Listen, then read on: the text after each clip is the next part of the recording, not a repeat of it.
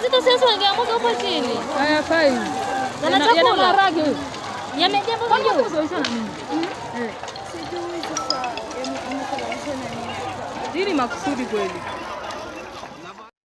Kwa majina naitwa mrakibu msaidizi Jeremia Mkomagi, ni kaimu kamanda wa Jeshi la Zimamoto na Uokoaji mkoa wa Kilimanjaro.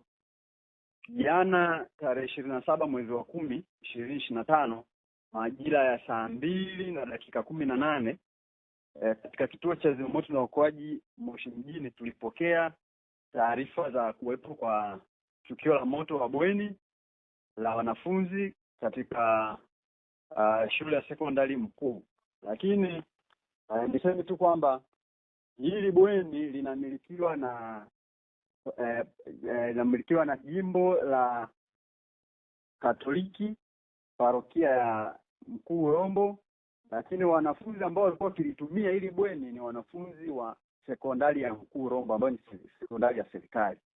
Kwa hivyo tutofautishe kati ya maana nimeona kuna baadhi ya taarifa zinasema ni bweni lililoko shuleni. Hapana, bweni linamilikiwa na parokia ya jimbo parokia ya Mkuu, lakini wanafunzi walikuwa wanakaa katika hayo mabweni ni wanafunzi wa sekondari ya Mkuu. Kwa hivyo sisi baada ya kufika eneo la tukio tulikuta kweli moto umesambaa katika eneo kubwa, na askari walianza juhudi za kuzima huo moto, na tunashukuru Mungu kwa kushirikiana pia na wananchi wa eneo hilo tulifanikiwa kudhibiti moto na kuuzima, maana kulikuwa kuna bweni la jirani ambalo huenda lingeweza kushika moto. Kwa hivyo tuliweza kuliokoa hiyo bweni lisishike moto.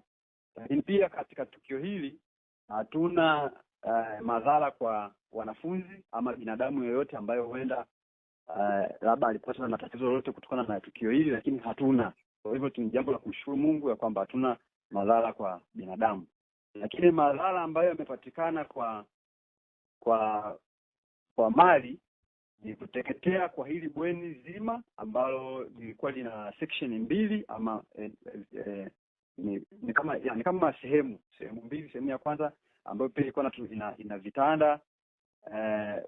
vitanda jumla 160 pamoja na magodoro yake au 160. Kwa hivyo vimeteketea vyote na hilo bweni lote.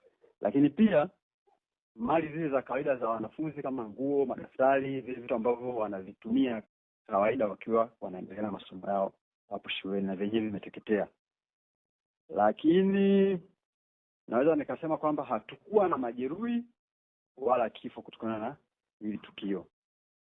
Kwa hivyo uchunguzi tunaendelea kufanya uchunguzi ili kuweza kubaini chanzo